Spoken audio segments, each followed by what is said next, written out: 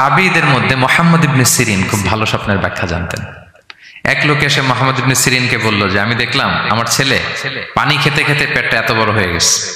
এই একই স্বপ্ন আরেকটা লোকও দেখলো, দেখে এক মূর্খের কাছে জিজ্ঞেস করলো। সে বলল সর্বনাশ, এত বড় পেট হয়ে গেছে, তোমার ছেলে তো মারা যাবে। ঠিকই কদিন পরে ছেলেটা মারা গেল। আর একই স্বপ্ন দেখে এই লোক মুহাম্মদ ইবনে সিরিনকে জিজ্ঞেস করেছিল, উনি বলেছেন যে তোমার ছেলে তো অনেক বড় আলেম হবে। ঠিক তাই হয়েছে, ওই ছেলে অনেক বড় আলেম হয়েছে। তো ফাইনার রুইয়া তাকাউ আলা মা তুআব্বার, স্বপ্নের ব্যাখ্যা তেমন হয় যেমন এটার ব্যাখ্যা করা হয়। রাসূল সাল্লাল্লাহু আলাইহি ওয়াসাল্লাম একবার স্বপ্নে দেখলেন যে তিনি ওনাকে দুধ দেয়া হয়েছে, বাটিতে দুধ খাচ্ছেন, পরে আঙ্গুলের ফাঁক থেকে দুধ বেরোচ্ছে। এই সামান্য একটু দুধ রাসূল সাল্লাল্লাহু আলাইহি ওয়াসাল্লাম ওমরে ফারুককে দিলেন। সাহাবারা বললেন মাযা আউয়ালতা বিহি ইয়া রাসূলুল্লাহ, এটা তাওয়িল কি? তখন বললেন আউয়ালতু বিহি আল ইলম, এটা দিয়ে আমি জ্ঞান বুঝিয়েছি, মানে ওমরে ফারুকের আল্লাহ তাআলা অনেক জ্ঞান দিবে। স্বপ্নে কেউ দুধ খাচ্ছেন, এটা আপনার জ্ঞানের প্রতীক। রাসূল সাল্লাল্লাহু আলাইহি ওয়াসাল্লাম স্বপ্নে দেখলেন লোকজন দাঁড়ানো, কারো গায়ের জামা এতটুকু, কারো এতটুকু, কারো হাঁটু পর্যন্ত, আর ওমরে ফারুক জামা একেবারে টেনে হিচড়ে যাচ্ছে। তো সাহাবারা বললেন মাযা আউয়ালতু বিহি ইয়া রাসূলুল্লাহ, এই স্বপ্নের তাওয়িল কি, ব্যাখ্যা কি? রাসূল সাল্লাল্লাহু আলাইহি ওয়াসাল্লাম বললেন আউয়ালতু বিহি আদ-দীন আত-তাকওয়া, এটা দ্বারা আমি দিনদারি বুঝিয়েছি, মানে ওমরে ফারুকের দিনদারি অনেক বেশি। স্বপ্নে কেউ ছোট জামা দেখলে তার দিনদারি কমতেছে, এটার একটা আলামত। তো এই জন্য হুট করে স্বপ্নের কথা কাউকে শেয়ার করতে নেই।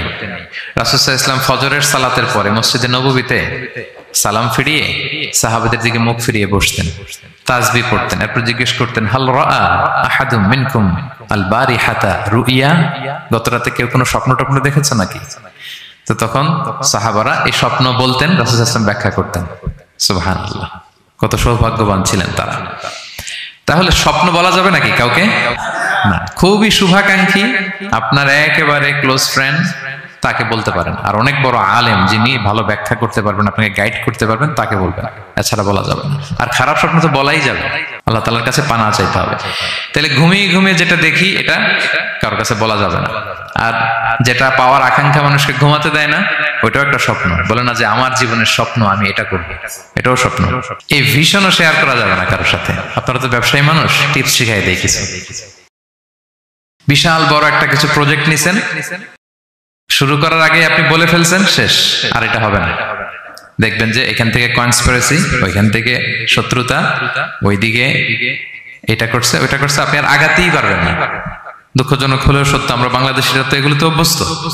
সবার মধ্যে কম বেশি জেলাসি কাজ করে ন্যাচারালি, আমাদের বাংলাদেশিদের এটা আরো বেশি।